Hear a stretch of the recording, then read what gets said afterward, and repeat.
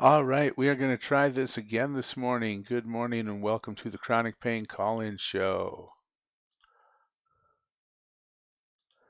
My name is JosephofBorg. I come to you guys every Sunday morning live from Las Vegas. Had a little tech issue, so we're relaunching this morning. I want to welcome you to the show. Hope you got something to drink. Looking forward to chatting with you guys a little bit. If you have friends or family members who are chronic pain patients, feel free to let them know about the show. You can call in live. I've got the Borg phone up and running at 725-333-4140. And this morning I'm going to talk about the process of, I guess, adjusting um, to having chronic pain. Um, it's a lot like grieving or the grief process when you lose a loved one. There are several different steps. Those steps don't necessarily go in a particular order. Um, you may jump from one place to another, a lot like the grieving process. Um, but really, when you first get a chronic pain diagnosis, it's um, really the first thing you need to do is really understand what is going on with you, what all the different fancy words mean. If you've got MRI reports that you maybe have to take a look at and see what they are really saying. I know with mine, I went through it. Morning, Richard. I went through uh, word by word in some sections and Googled the words to learn the definitions. To further complicate things, it seems that they have multiple words for the same thing. It seems like they've got multiple words for nerve compression. Uh, some doctors will call the same condition by one name, and another doctor will call it by a different name, which really makes it all the more difficult to really understand what's going on and what they're saying.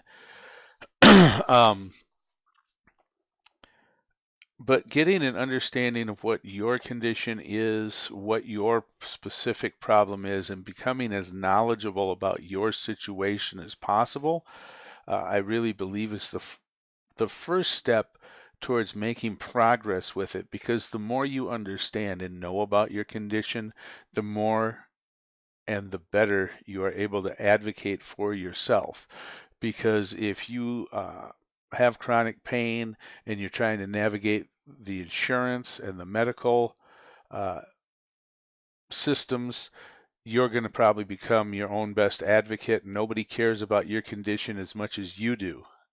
Your life and your quality of life are not as important to anybody else as it is to you. I recommend getting like a legal pad or maybe two, maybe some different colored pens. When you talk to somebody, while I'm on the topic of advocating for yourself, when you talk to somebody on the phone, try and find out who you talk to so you can ask for that person by name when you have to call again, so that you don't have to continually explain your situation. Make notes who you talk to, when you talk to them, what you discussed, what they told you. Um, Try to keep yourself as organized as possible so that you can advocate for yourself, get the best treatment you can get, and try and shepherd things through the process, because it seems like a lot of the time they drop the ball when it comes to communicating. Um, with that, uh, I guess the next big step, in my opinion, is uh, acceptance and or grieving. People who talk about chronic pain often talk about there's a grieving process similar to when you lose a loved one. Um, what makes it very personal and very painful in and of itself is you are not grieving someone else, you are actually grieving who you used to be, because if you have chronic pain, that tends to affect and be an issue and change almost every aspect of your life to one degree or another. Um, you have to try and convey and develop uh, and understanding with your loved ones. Having a chronic illness and specifically chronic pain is one of those things that until it happens to you, you really cannot truly understand it. Um, I would say it's like getting married or having a child or losing a loved one, losing a parent maybe. That's one of those experiences that until you've gone through it yourself, you truly can't appreciate what exactly uh, it's like. You can't truly understand it until it happens to you, which can cause a lot of strain on relationships with your loved ones. I apologize if you're just seeing the Chronic Pain Call-In Show logo and the date. Uh, I don't think that's the case. I hope it's not the case. If it is, I'll reload this later. Um, but yeah, going through the process of accepting and grieving that, you know, your life is forever changed. Um, Things you may not be able to do that you used to do. Uh, Hey Ada, good morning. Good to see you again. Boy, you're one of my most loyal followers. It's good to see you.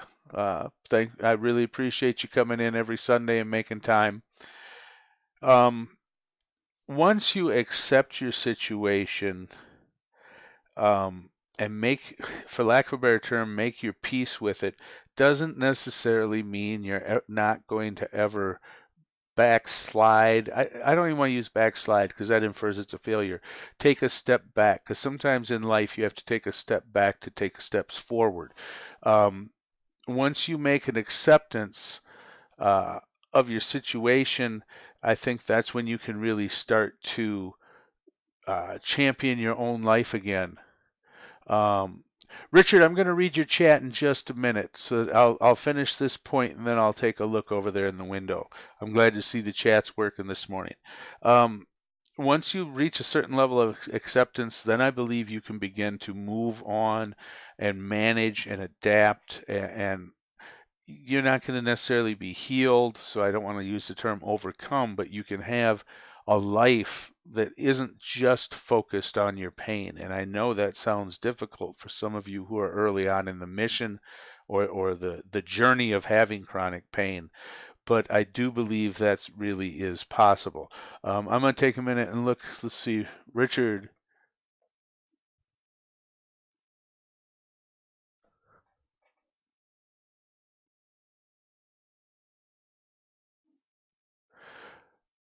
Richard had his hip replaced. He refused to accept it. Well, I think that's personally, I'm not a shrink or have any kind of psychological training, but I think uh,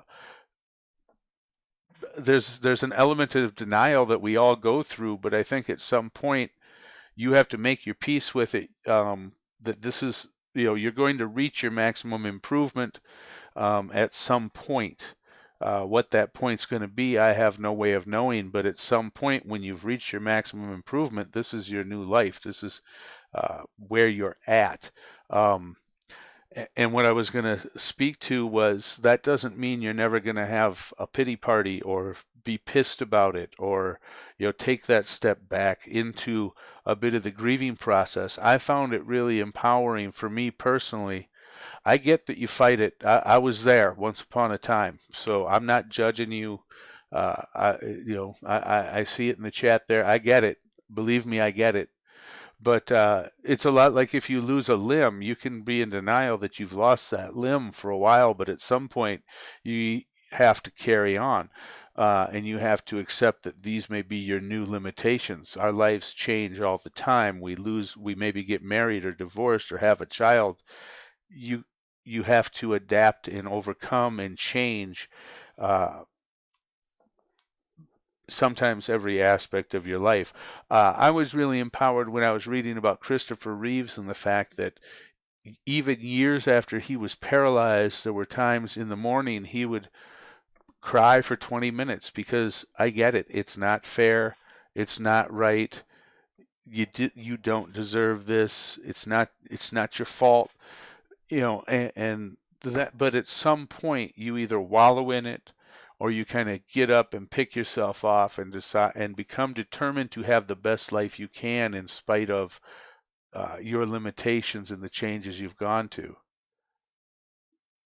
Hey, believe me, I've done a couple of shows. Ada asked about grieving the fact you can no longer get opiates. I hear you. I call it the opiate witch hunt. And I did a show about trying to get your meds and tips to try and help you with that as far as how to interact with your doctor and stuff. But yeah, if you're a chronic pain patient, let's be frank, it seems a lot like genocide. I don't have an answer for that. But yeah, it's inhumane, a lot of what's going on, and I could talk for the next hour on just that topic. But yeah, it's talking to your insurance, talking to your doctor, talking to the insurance company and seeing if they have some patient advocates that can try and help you. I know some people have looked at getting into palliative care, which is different than hospice, even though not everybody realizes that they're two different things, to try and help you get the pain management you need. But yeah, it's what's going on is horrific. Obviously, I don't have a solution for it. I know I wrote both of my state representatives, and I also wrote some letters to the people in my state uh, government, and I did get a couple answers back from them. One of them straight up told me if I had problems getting my opiates to contact his office. So maybe that's a path you can take. I haven't had a problem yet, but I don't take very many because I've got my spinal cord stimulator and it works so well for me that my major pain control is electric. Obviously, a spinal cord stimulator is an extreme measure by pretty much anybody's standards.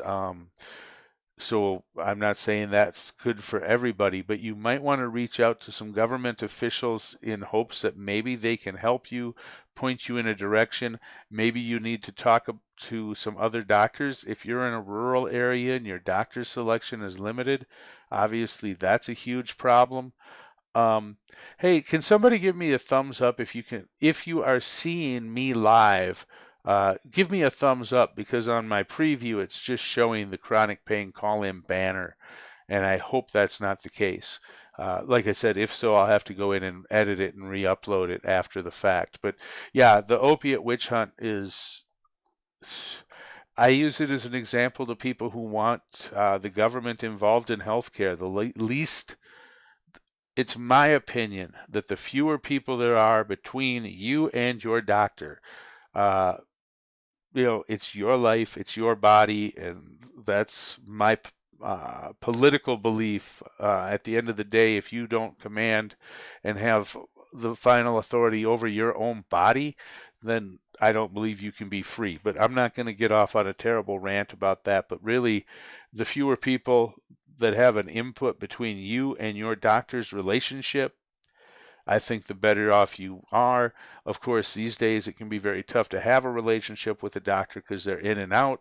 I read an article recently, and it was either 6 or 8 minutes is the average doctor interaction that the doctor is actually in the room with you, which is why I tend to write notes and I can just hand it to the doctor, my top 3 or 4 points. Here's what I want to know. Here's what I want you to know. And we take it from there.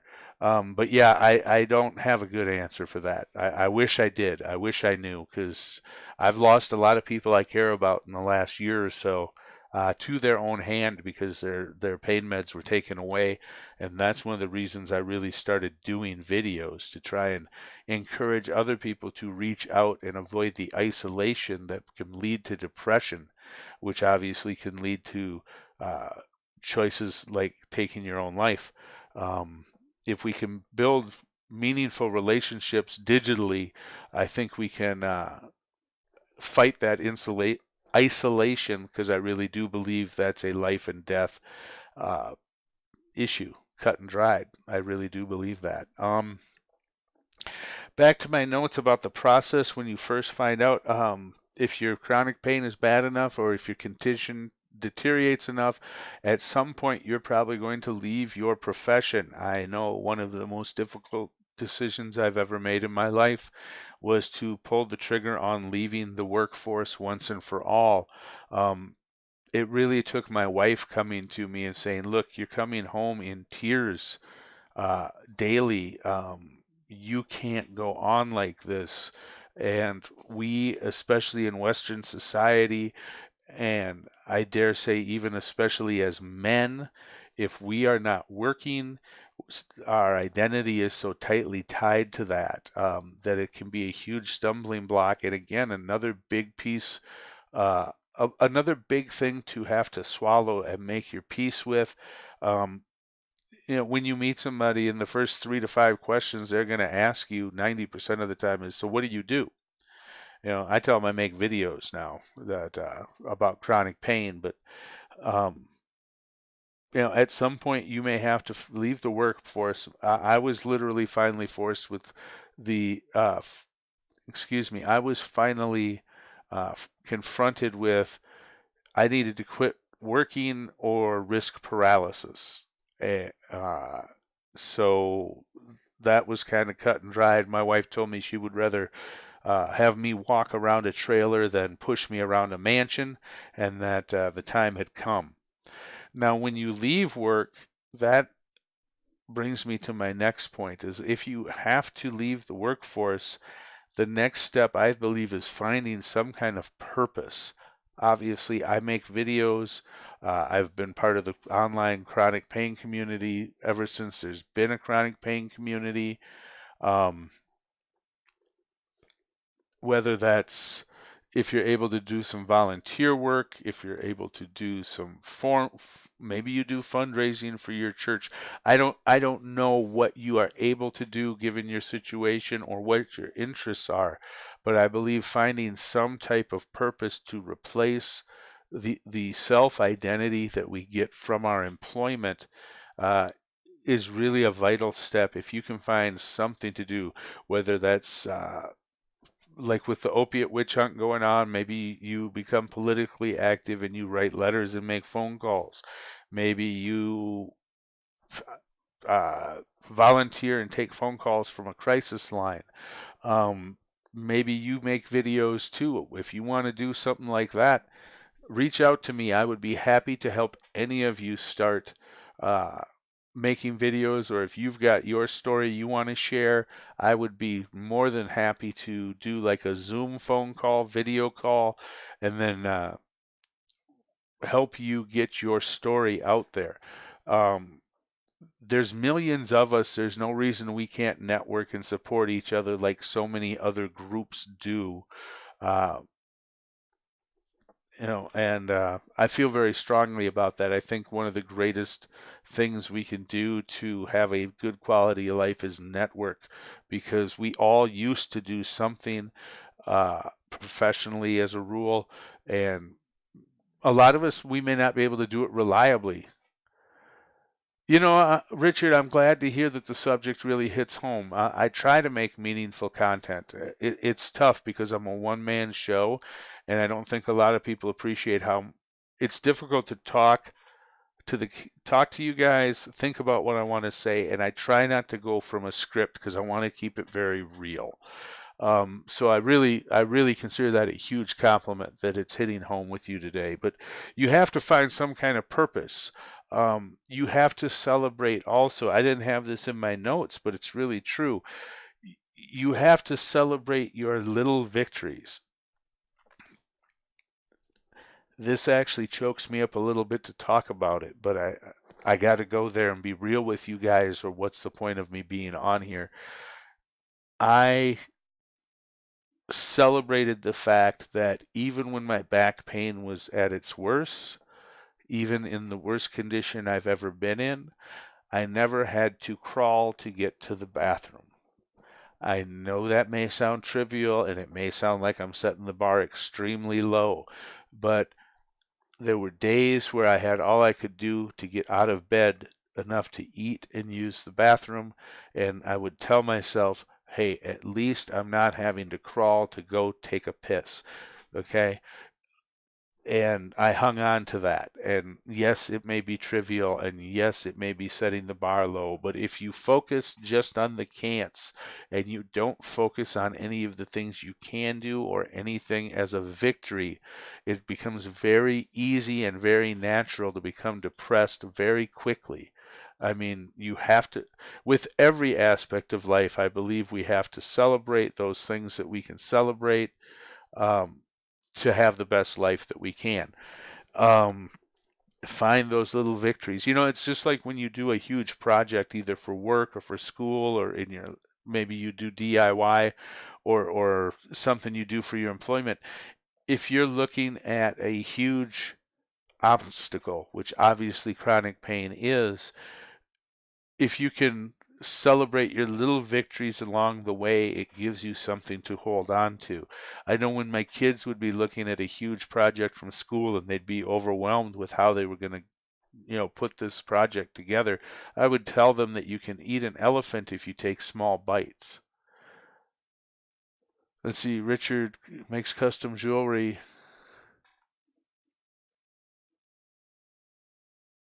Oh, yeah, I'm sure when your store when you can't work on your jewelry, that your store suffers.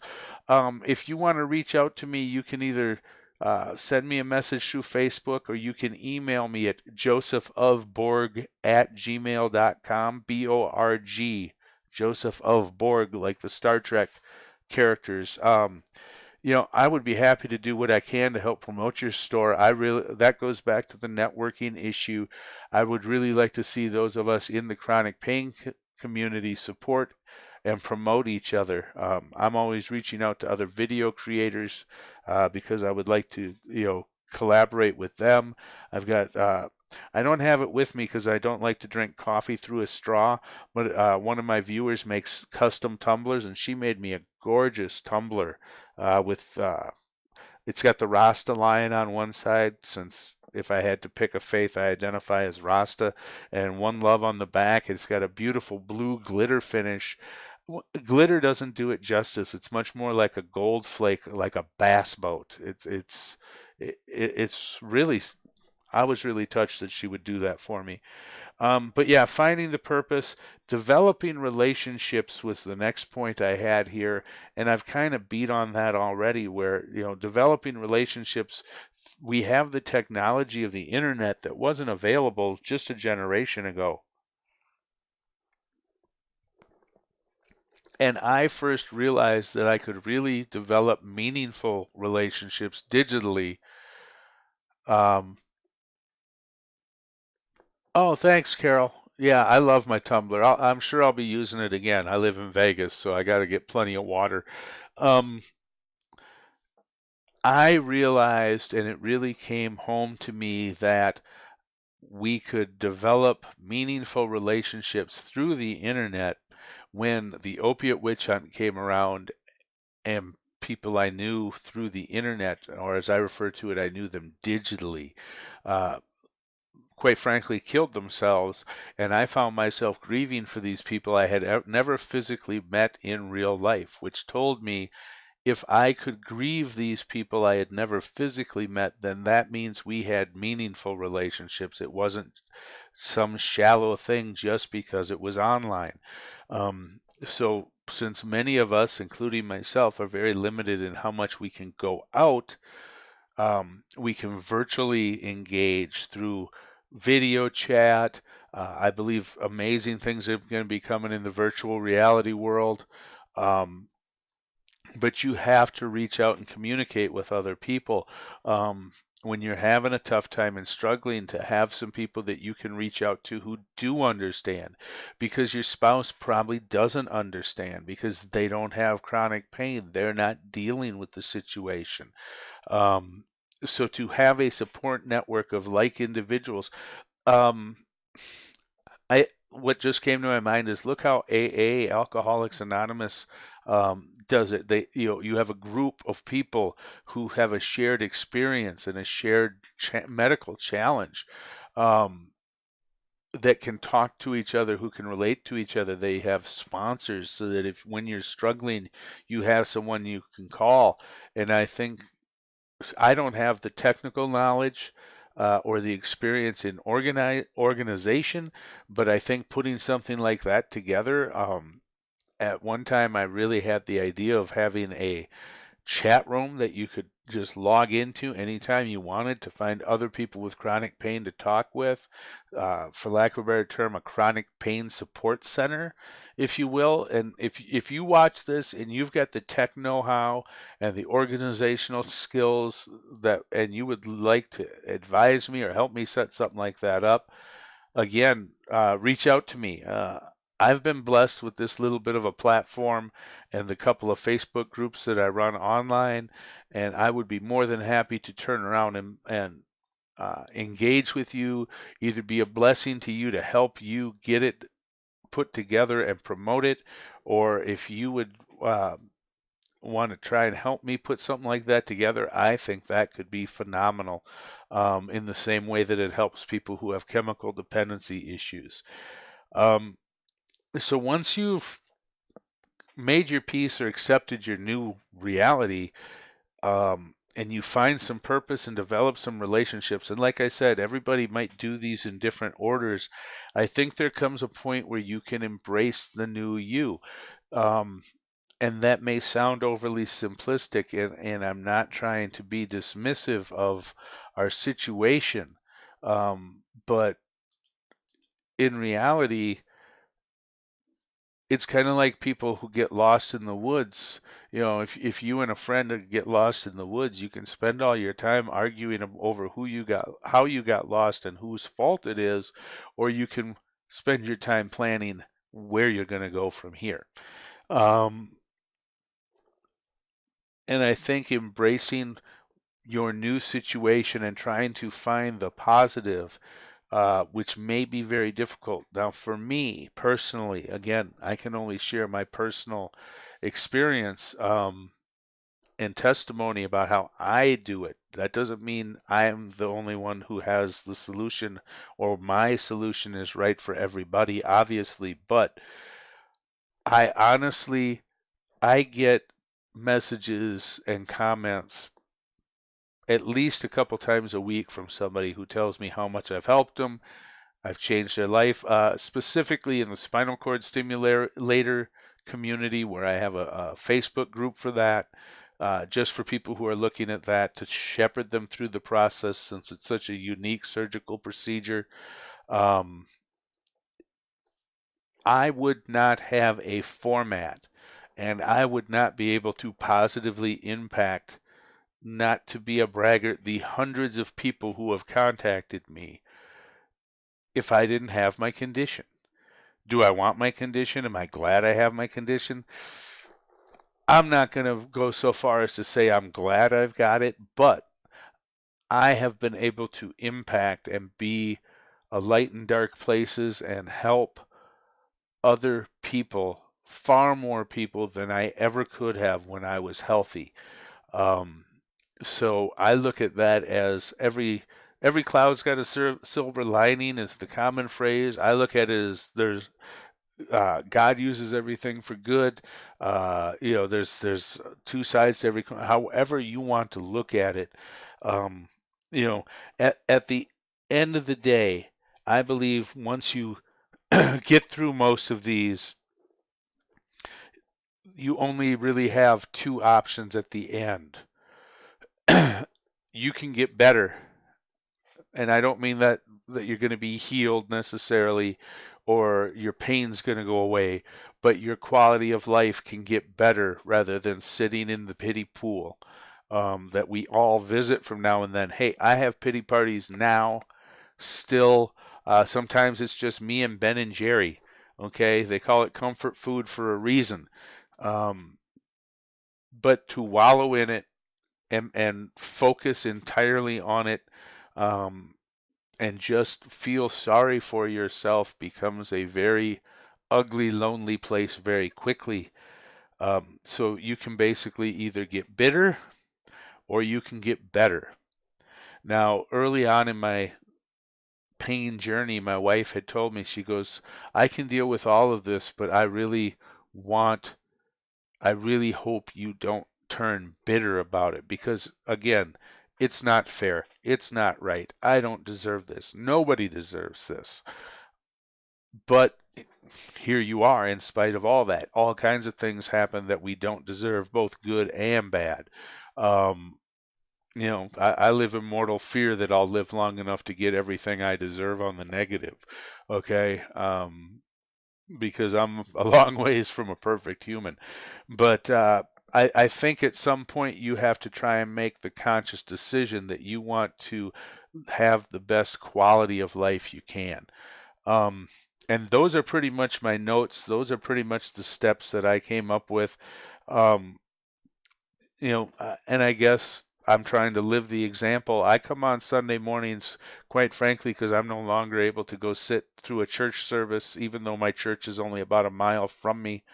Um, so this is my effort to be a light in dark places. And let's face it, chronic pain, it don't get a whole lot darker than that. To encourage you to do the best you can within the parameters you have to work with.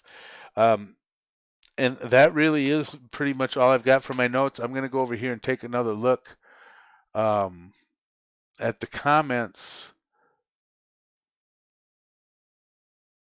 Eva's got an SCS. It's helped with her nerve pain. She's had a fusion, been fighting through a lot. Uh, she's waiting on healing. Yeah, it's a process, man, and those fusions. I mean, I thought they were bullshitting me. I'll talk about fusions. I had a 3-level cervical. I haven't had a lumbar fusion because my lumbar situation is inoperable. At about the 3-month mark, I felt like I was kind of out of the woods and over the worst of it, and had my brace off and starting to move around and do stuff a little bit. At 6 months, they pretty much discharged me because there wasn't really a lot of physical therapy to do. My range of motion was what they considered acceptable. I didn't need strengthening of my neck and stuff, so there was no real need to send me to physical therapy. And they said, you might continue to improve for up to a year. And I figured, yeah, bullshit. They're cutting me loose. I'm nowhere near where I want to be. I was not prepared with any of my major surgeries, whether it was the spinal cord stimulator. Years ago, I had I'm not going to bother to show you my scar. I had my shoulder rebuilt, 4 screws, 12 sets of anchored sutures. Um, for how long it takes you to get your stamina back after the trauma of surgery. People don't usually think of surgery as traumatic, but when they're putting screws in and cutting bone, that's a huge adjustment for your body. And I really can say that in the last 6 months of that year, I did improve quite a bit, and I was diligent about it. I did a lot of specialized physical therapy after my spinal cord stimulator. I do go to the pool 3 times a week for a couple of hours at a time. The reason I do big blocks of time in my situation, and that may not be right for everyone, is movement causes my pain to elevate, which causes endorphins to be triggered at some point.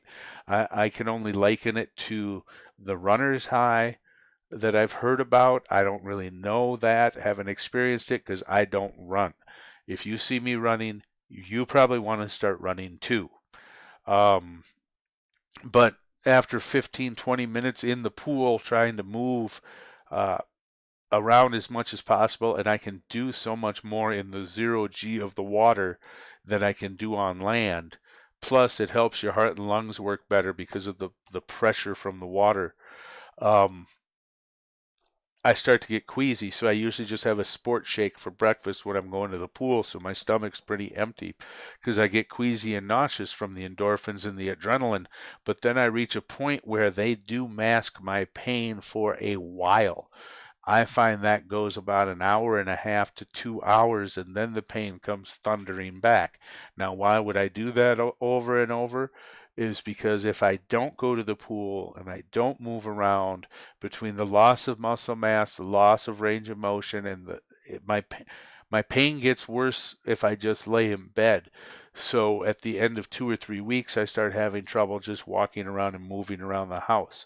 Um, so I choose to put myself through that. And the reason I do the 2 hours is once the endorphins have engaged, my pain level drops a bit, the nausea fades, And now I might as well not quit. I might as well get some time in. For a while, my wife was going to the pool with me, but she gets bored in about 30 minutes.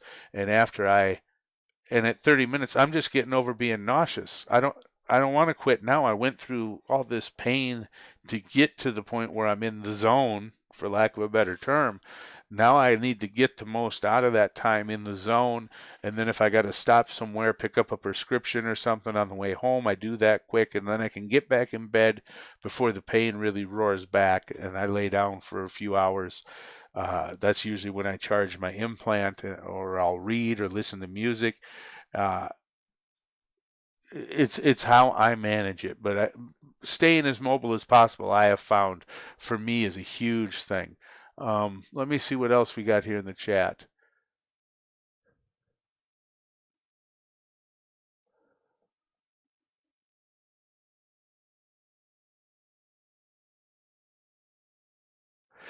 I'm glad to hear, Eva, that your husband has worked on himself, because it is, a support system, especially if it's your spouse, significant other, caregiver, family member.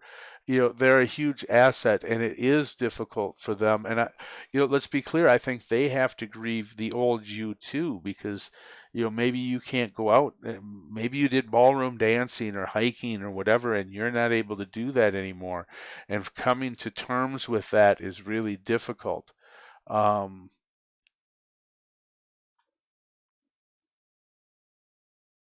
yeah, traveling differently. I really had a hard time. If I'm going to the airport, I spend so much time and energy and pain getting to the airport, through the airport, the distances you have to cover, luggage you have to deal with. And I stand 6'2" and 300 pounds. I don't look like I'm messed up. Um, you can't tell by looking at me that my spine is basically falling apart.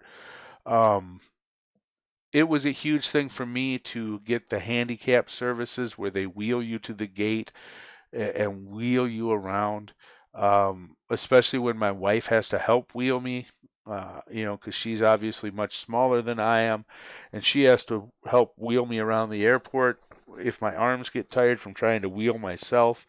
Uh, you've got to elevate yourself to the point where you don't give a damn about the ugly looks. Because, for instance, I'll wheel myself into the men's room and I'll stand up to use the urinal, and you can literally feel the looks of like, well, hell, if he can stand up, or I'll get out of the chair to walk a few steps and get back in the chair. And of course, people love to judge. That's what people love to do, to make themselves feel better than the next guy. Um,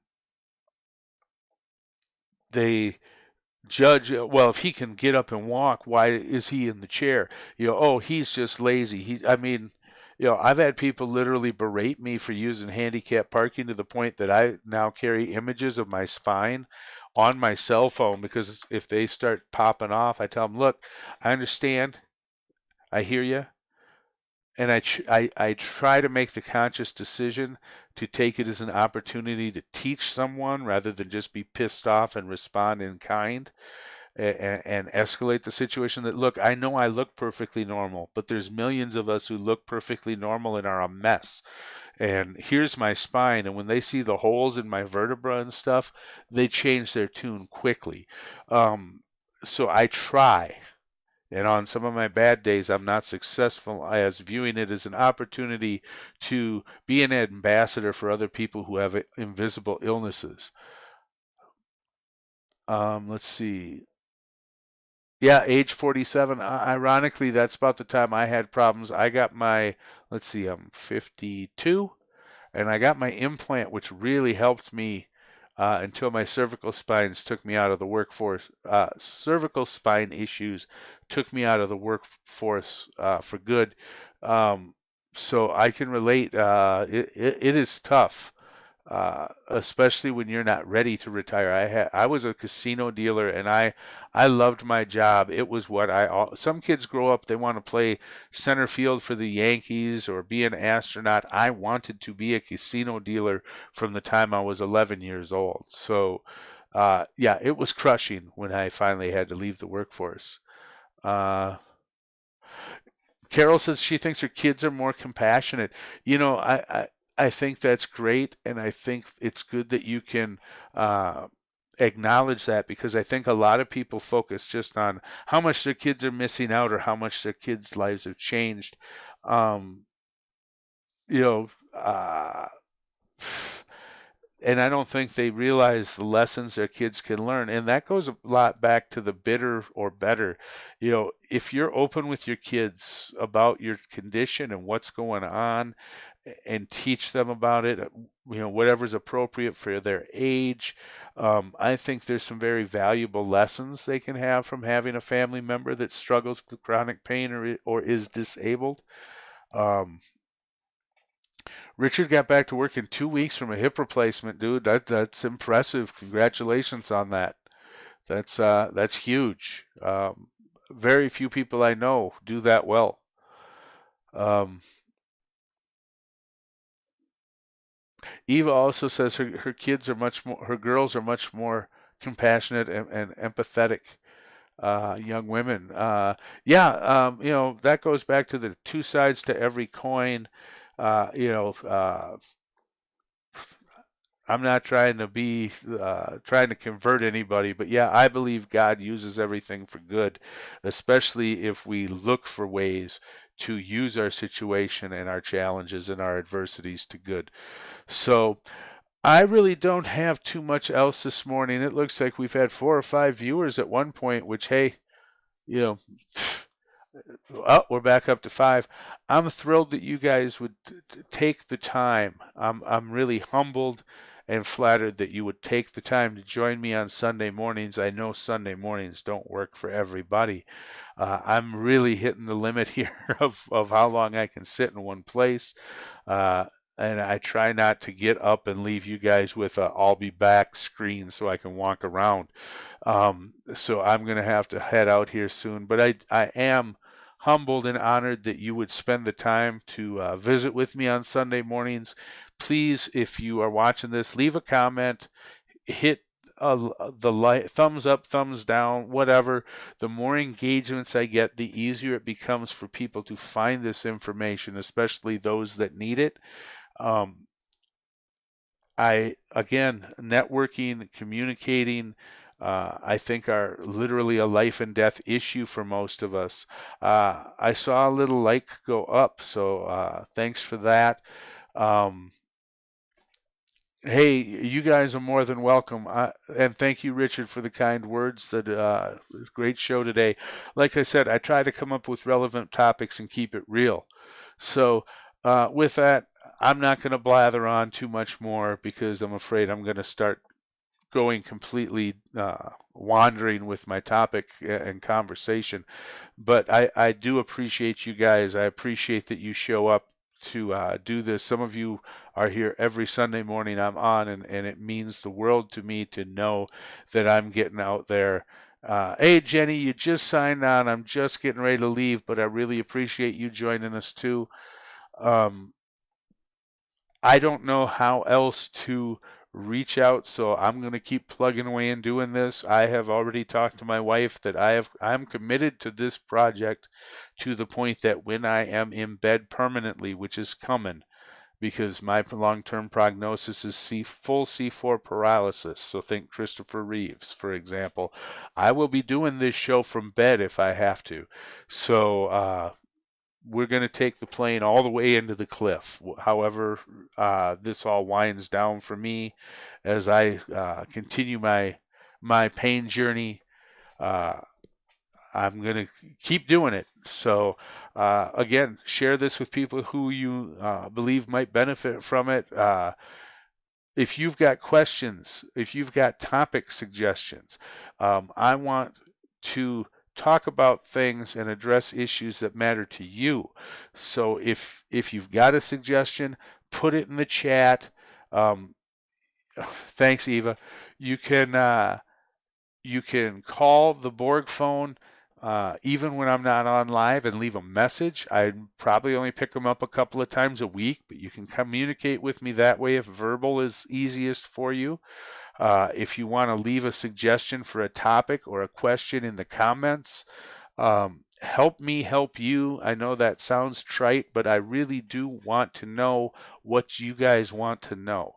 So, with that, I'm going to get back out of here. One love, Joseph of Borg. I'm out of here.